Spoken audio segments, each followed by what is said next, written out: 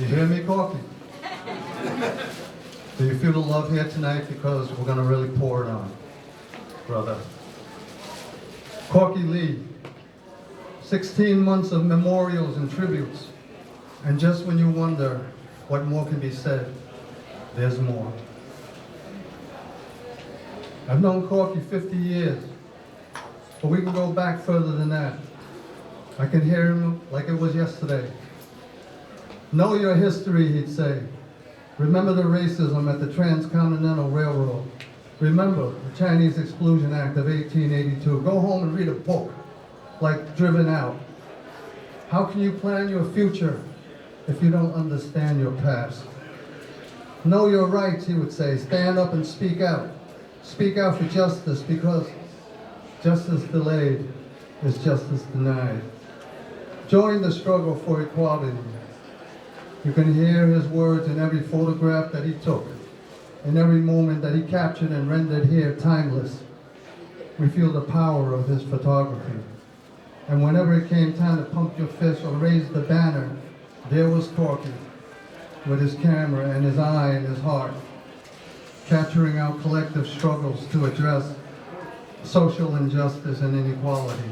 Corky Lee, our undisputed, unofficial Asian American photographer laureate. He didn't choose a safe, predictable career.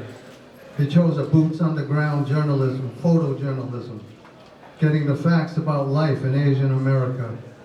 He came of age through war and protest and learned to speak through his lens.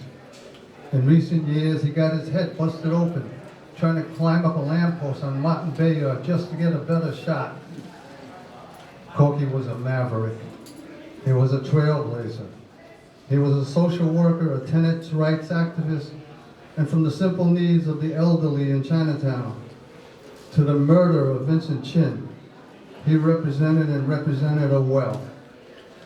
Staging a mass photograph at the anniversary of the Transcontinental Railroad in Utah, only Corky could have pulled that off. So much to say in so little time. I met Corky in the 1970s, when students like us took over college campuses and demonstrated for civil rights and marched against the war in Vietnam. Our steps led us to the legendary basement workshop and to the iconic Yellow Pearl project. Footsteps leading us to what is now Mocha today.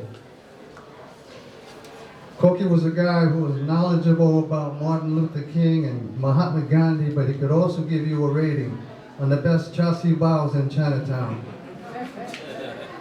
And in the years just before the pandemic, I'd run into Corky at some Asian festival or some national convention, Washington or Chicago or Houston, and he was always familiar with the location.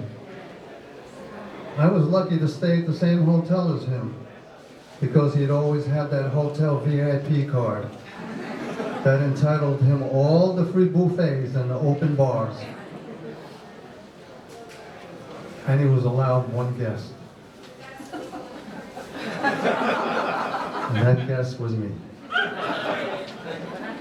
So thank you, Corky. I'll see you down the road. Right on, right on, right on.